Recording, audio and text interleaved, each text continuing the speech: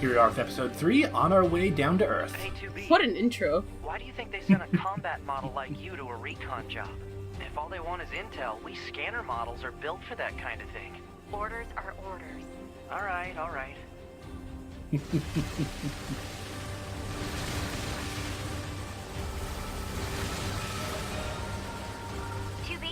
you're going to have some new weaponry installed from here on out. I'll put up instructions for you. Make sure to commit them to memory. Roger. Missile barrage.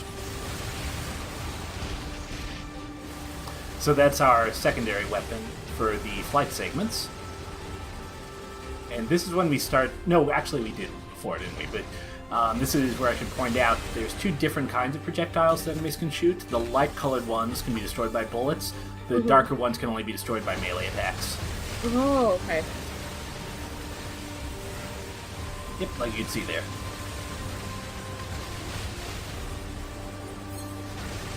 I was just gonna say, you need to keep an eye on your health. Yeah. Thankfully, your partner is basically immortal, as far as I've noticed. So you don't really need to worry about keeping them up as well. Makes things a little bit easier.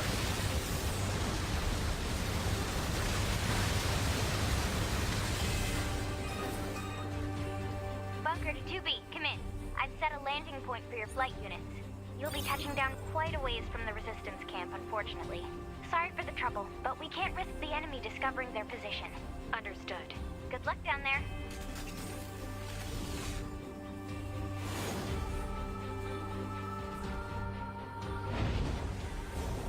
And here we go into the Ruined City.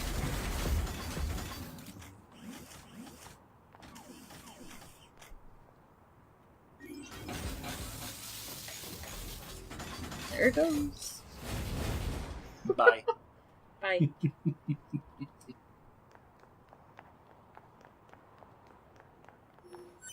Yep, since they only have so many, they just call them back after you use them. Okay, that's fair. Yep. And I think the machines don't really care about stuff leaving the planet's surface. That's what it seemed like in the past. Or, I guess not the past for you, but there's other things in the game that make it seem like they just don't pay any attention to stuff going from the surface to space. It's just stuff coming from space that they fight off. Yeah.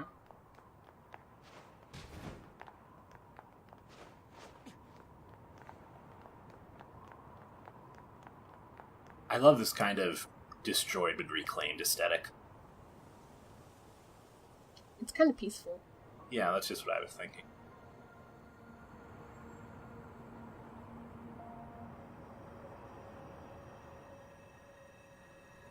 Target location acquired. Marking on map. Proposal. Proceed to target location. Proposal. It That is the mission. Yeah. It honestly seems like this place is in better shape than it should be after like 6,000 years, but I think that's just because that's a more interesting look than literally having everything just gone. Yeah. Like, I really don't think the inside of a building would look this good after 6,000 years of nothing. The pod, by the way, you can toggle the flashlight on and off. It's a nice little unnecessary touch, but I like it. And another one of these. One day we'll be able to open those. So I hope you're remembering where every single one is so we can go back to them later. Oh, God. I'm joking. You tell me now, I should have made a map. You know I've got a list of everything. Of course. And you've played this game twice already. Yep. Yep, I did it once just on my own, and then I did a stream playthrough for Roger and Snow. Oh, nice. Yeah, they both really loved it too.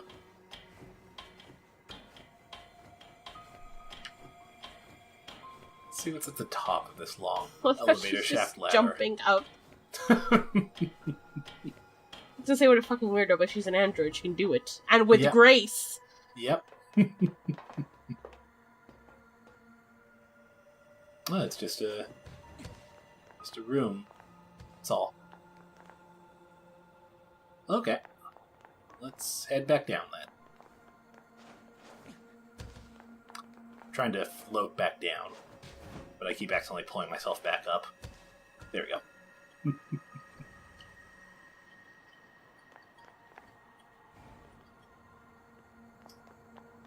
And we're back where we started. Now let's go through the building proper. So quiet. I like it. Even the background music. It's very atmospheric. Yeah, and it really gives the feel of, like, it really is abandoned. Yeah, how the background music, like, barely there, just like the occasional piano note. Yeah. And I'm not sure what instrument that is, or if it even is a real instrument. The one that just feels kind of like... The best way I can put it is, like, it feels like silence, except it's not silence. Mm-hmm.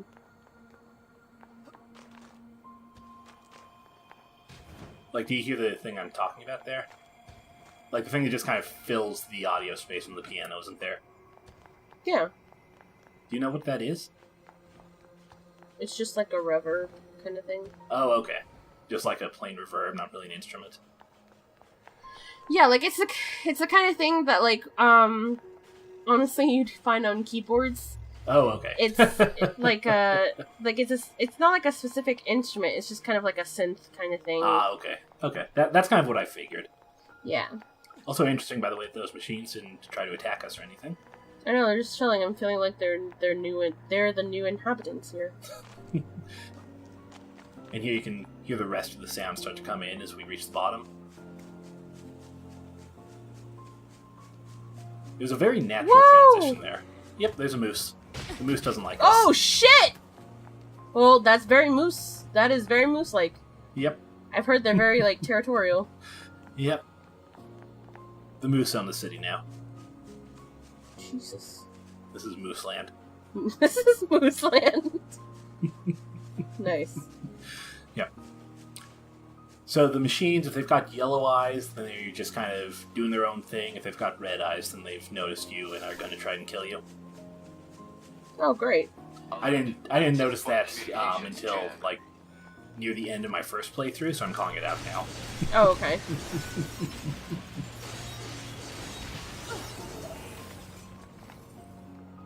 Yep, and the access points on Earth are disguised as old abandoned vending machines, which isn't helping much. The machines have kind of figured that out, and so they're going after them now anyway. Data may be displayed from the system menu. According to our intel, none of the machines in this area are hostile. We've been seeing more and more enemies like this lately. They just stand there and stare into space. It's pretty weird. It's very weird.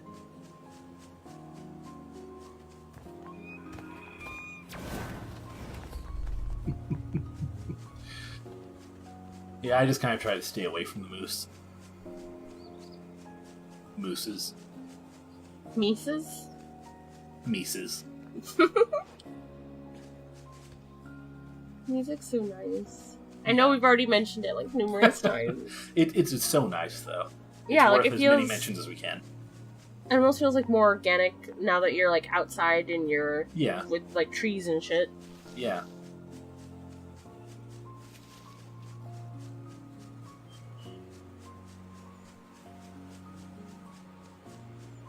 Use the resistance base up ahead, hidden in this little alley here.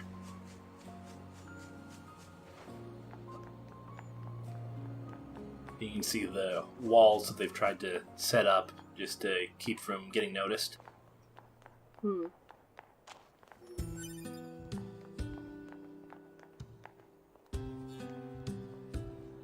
Oh shit.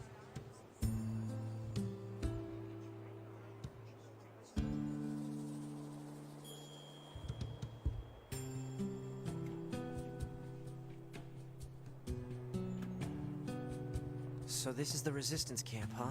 We should probably go talk to their leader first thing. Well, first thing, you're going to check the access point so we can get the map data around here.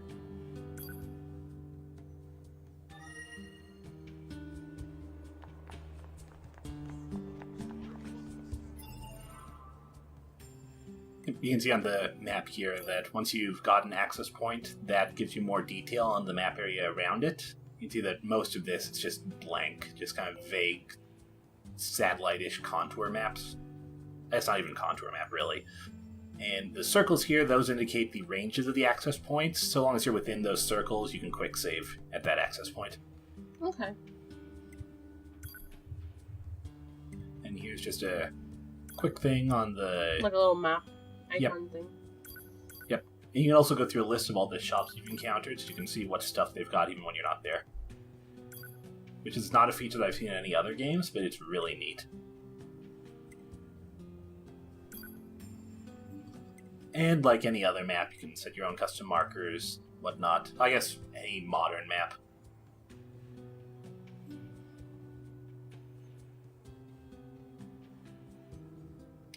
And I think...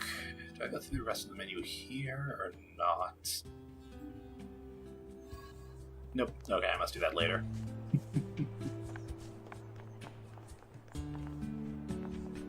You're... number 2. You know about 2B?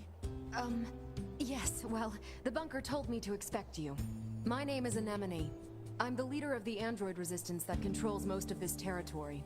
You must be the new scouts we heard about. Well, I'm sure my people will have plenty of information for you. Please feel free to ask them anything you like. That surely wasn't meaningful at all. So this is... These are humans, though, right? Nope, these are androids. This is weird!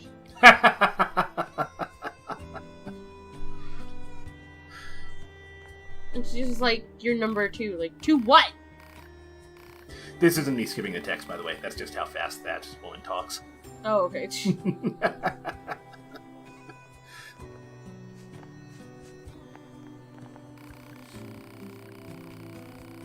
Yep. See, androids. Okay.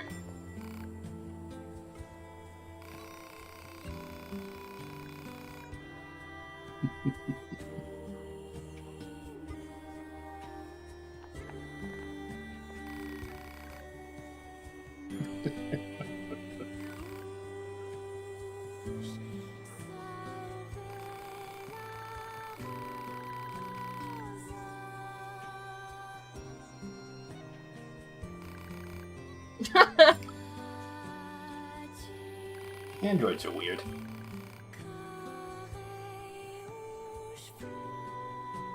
This is just extra information about things. Okay, so like a helpful NPC. Yep.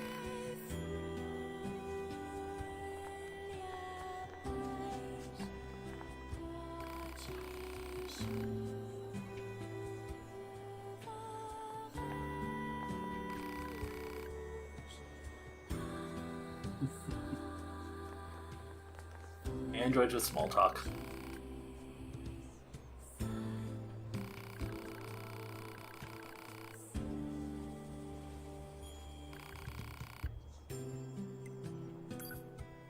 There's another shop where you can upgrade your pod or fuse chips or whatever.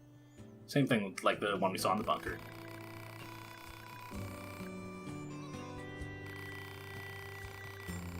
And you can also talk to her to, if you don't want to mess with making your own chip builds, she'll generate one for you based on if you say you want to be an aggressive build or defensive build or whatever. But right now we don't really have any plug-in chips, so... Huh.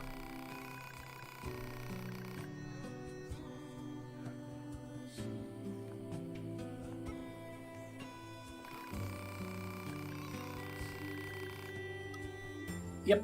The access point here, you can use it to send yourself back up to the bunker. Basically just transmits your mind up there into another body. And then once you're done, you can transmit it back down here. Okay. So it kind of like circumvents the whole like finding a way to get back up kind of thing. Yep. And later on, they also use that as general fast travel for the world. Okay. They unlock that as a sort of global thing so that you don't have to run around everywhere, which gets really tedious eventually. And it's a nice way to do fast travel, even though there are some identity questions around it.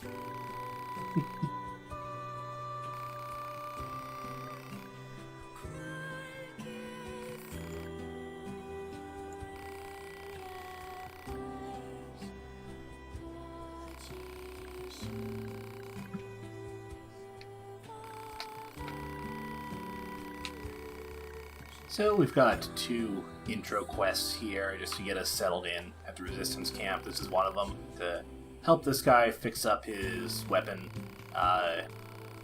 repair thing.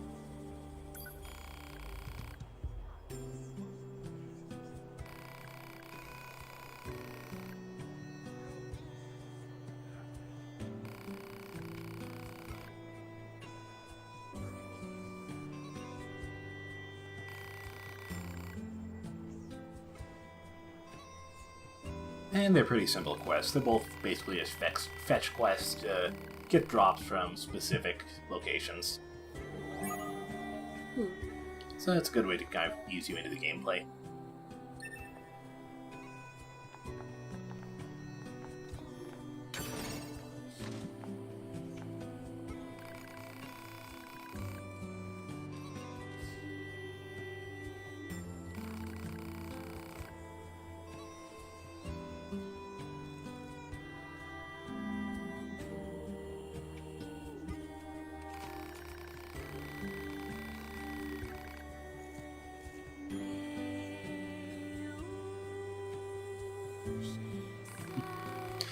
It's always a little bit weird to me that they refer to android machine bodies as corpses, because it makes sense, but there's still something that seems odd about it.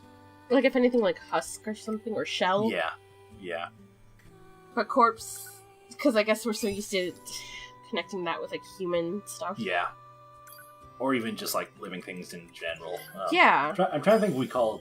Like organics. Yeah, I'm trying to think... Yeah, I guess we do call animal bodies corpses. Yeah. But yeah, right now he's just got the basic stuff, and his quest is to unlock the ability to let himself plug in chips. And like I mentioned before, it's a good way to get really basic ones, but they take up a lot more space than just random ones that you happen to find from enemy drops. So it's not really a good way long term to keep them, just kind of to when you're starting off. It is a really interesting alternative to skill trees, though. It gives you a lot more flexibility in what you can do based on your own gameplay style. They cover a lot of different things. There are ones that let you do more damage, that let you heal when you take damage, that let you move faster or dodge further. There's even some utility ones that do stuff that like let items show up on the map or stuff like that.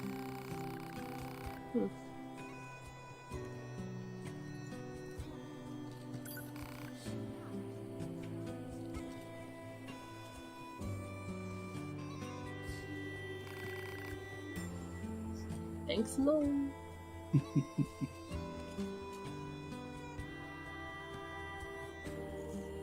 There's just so much to, like, see. Yeah. There's a lot of detail. Yeah, and it really feels like you're in their world. Like, they have their own community. Yeah. Just kind of, like, blowing my mind. Yeah, and especially just in design, how much you stand out from them. They're all pretty colorful. They all have, they all look different. They don't mimic each other, and 9S and 2B, they honestly look fairly similar to each other in look. They've got very dark uniforms with white hair, which really makes them stand out here overall. It's a good way of kind of setting apart that distinction. Yeah.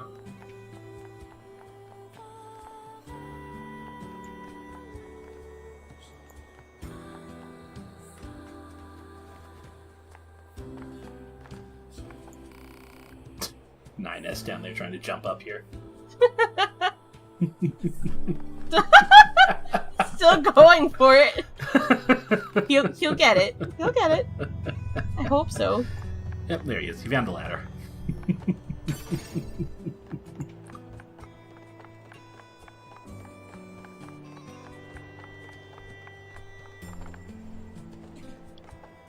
It's also neat how ramshackle everything here looks. How you can basically, like, they just put scaffolding up on stuff, and they've got tarps for their tents and stuff like that. Mm-hmm. Looks a lot like just a normal construction site. Yeah.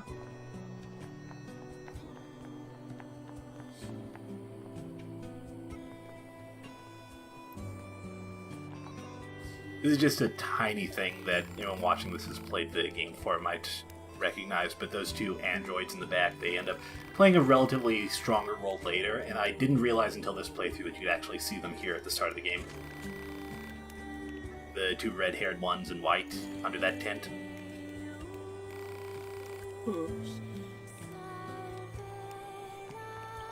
So it's kind of hard to tell with the graphics. Oh, yeah. Yeah, for everyone else, to make things easier when we're sharing stuff, I did a lower quality video for us to comment over, and then you guys get the good video.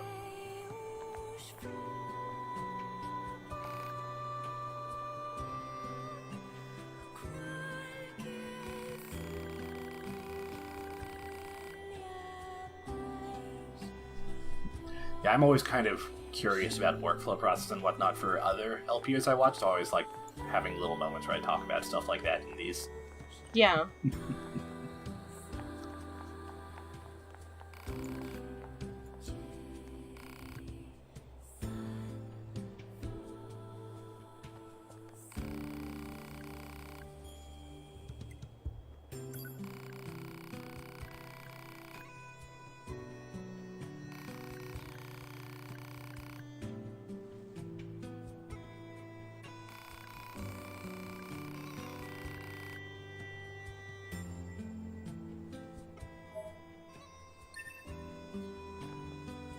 This is basically like a music test for the game. As you get more records, you can play more of the game's soundtrack in here. I feel like a lot of games have gone away from that concept. Mm-hmm. Which is kind of a shame, really. It really is, because it's such a classic option to find in-game, or at least in the menu options. Yeah. Like, before you start the file, like, here's a sound test. Kind of thing. Yeah. You even play the different versions of each song. Mm-hmm.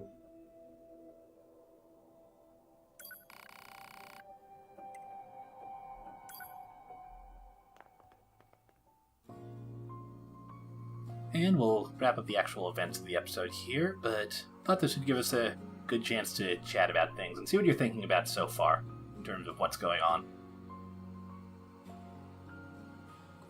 So I know you've had a few thoughts so far, but what are your thoughts on the story from what you've seen? Okay, I was a little disturbed, I guess, at the resistance leader or whatever called to be just 2. Yeah. Because I thought that they're all meant to be known by their names, right? Their codes, like the 2B or 9S or 60 and that kind of thing. Yep. So, like, just being called, like, oh, like it's you, it's 2, or whatever she said. I feel like there's, like, there's a connection there for sure, I think. Mm-hmm. Mm-hmm. And I'm wondering, like, because at first when I found that they had, like, code names, I thought, like, okay, so then who was originally just 1, who was 2, who was 3? Yep. And then, like, kind of thing. Yep. So there's something there, and I really hate that 9S doesn't remember. And I feel like it's painful. It's painful, and I imagine it has to be so painful for her. Yeah. And, like, how many times has she had... Like, is this even the first time they've met? Because we don't know from her perspective if it is, like, because we're just coming into the game. Yeah, there's so much we don't know about 2B yet. Yeah, and I feel like she's battle-hardened for a reason. Yeah. And I feel like maybe she's, like, a pretty older model. Like, even just because, like... And I know it's stupid because, like, the letters are just... they're what they do, right? Right. But I still think she's probably, like, the oldest of them all just because of how she's so... Like, she's not curious. She's not, like... She doesn't really have a personality besides, this is my mission and this is what I do. She feels tired. Yes! Yes, she does. And that's why, like, I'm kind of worried about her. And I'm worried about 9S, too. Because I really am just still stuck on the why did she care so much that he not die? And why was she shocked that, like, he still uploaded her memories instead of his? Yeah. Because that's, like, I know androids supposedly don't have self-preservation because, you know, they have to be able to willing to explode their bodies in case they need and to. Self-preservation feels like it's probably a little bit different when you can back yourself up. Yeah. So that's why I was kind of like, why do hers? Yeah. Why not your own?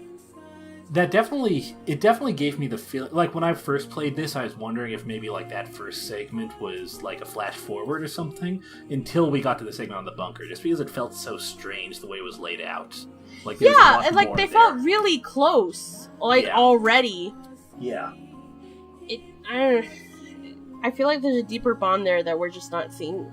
Yeah. So now we're just watching them like rebuild that again, and it does probably really suck for her.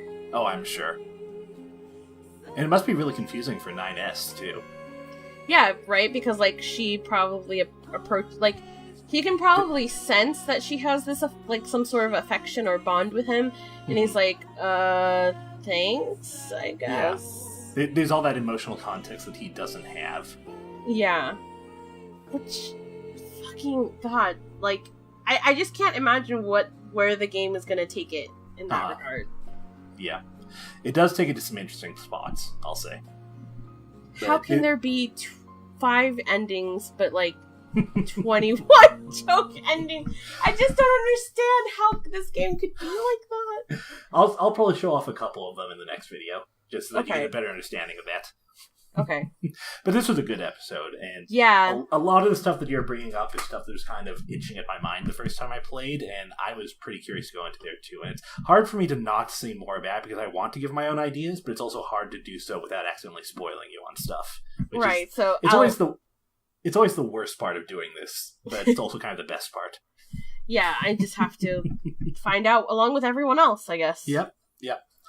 But this was a fun episode. Got to look at what the outside YoRHa life is like for androids, the more civilian side. Yeah. Yokotaro said there's some meaning behind the capitalization, but he's refused to say what it was. Still? To this day? To this day. Well, I mean, it's only 2 years. Maybe even a year and a half, but... 2. Okay. Alright. So, thanks for watching, everyone, and we'll see you next time. Bye. Bye.